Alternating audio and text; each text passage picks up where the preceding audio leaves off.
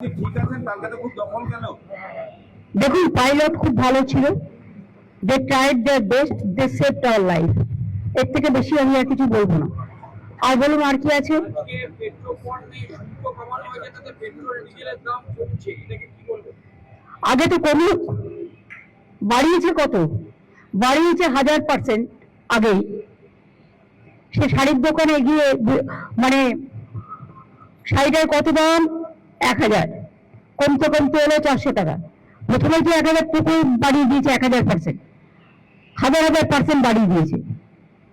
তারপরে এটা শুল্ক কমানো মানে কি দাম কমবে? শুল্কটা কত পার্সেন্ট?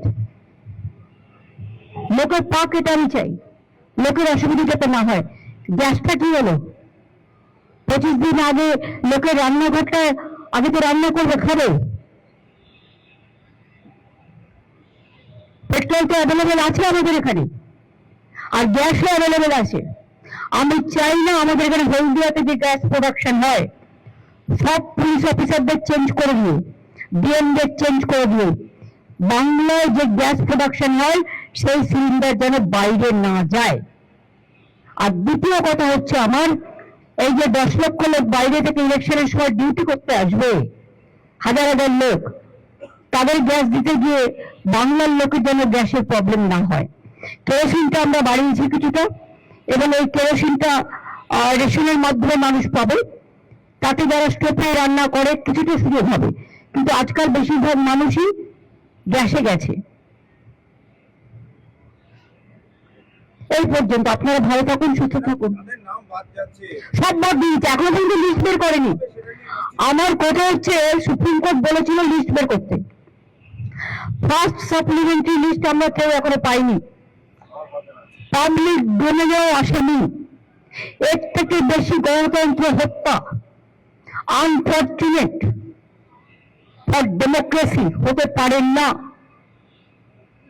কবে বেরোনোর কথা ছিল লিস্ট? সুপ্রিম কোর্ট কবে ভার্ডিক্ট দিয়েছিল? 28শে ফেব্রুয়ারি লাস্ট লিস্ট বেরিয়েছিল।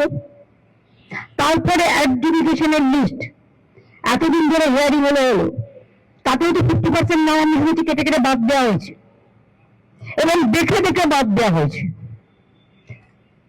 আমি শুনেছি সুতির একটা ব্লকে লক্ষ্মী আছে মনে হয় 500, একটা বুথে 400 বাদ।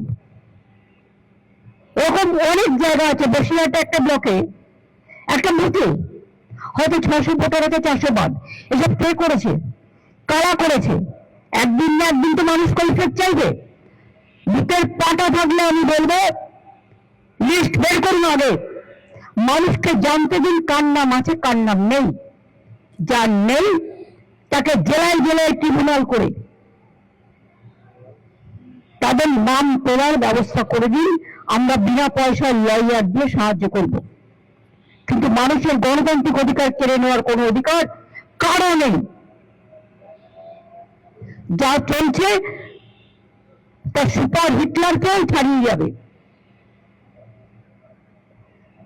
হিটলার টিটলার ভুলে যান, টোটালটা বিজেপি ভ্যানিসিং লসিং মেশিন হয়ে গেছে।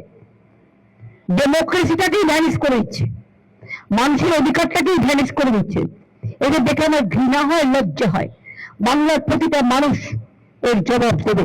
এক একটা পরিবারে একজনের ভোটের নাম আছে, 4 জনের নেই। আর দেখে দেখে অনেক কমিউনিটি থেকে লক্ষ লক্ষ নাম বাদ দেওয়া হয়েছে। কার জমিদারি এটা? বিজেপির জমিদারি দেশটা। দেশটাকে বেঁচে দিয়ে লজ্জা করে না? মানুষের ভোটাধিকার কেড়ে নিয়ে ভোট করবে, আর ভ্যানিশ কুমারের নামে ওয়াশিং মেশিন চালাবে, আর সবকিছু লোক সহ্য করবে? দিতে হবে। ধর্মের কল বাতাসে মারে, আজ রামনবমীর দিন বলে গেলাম।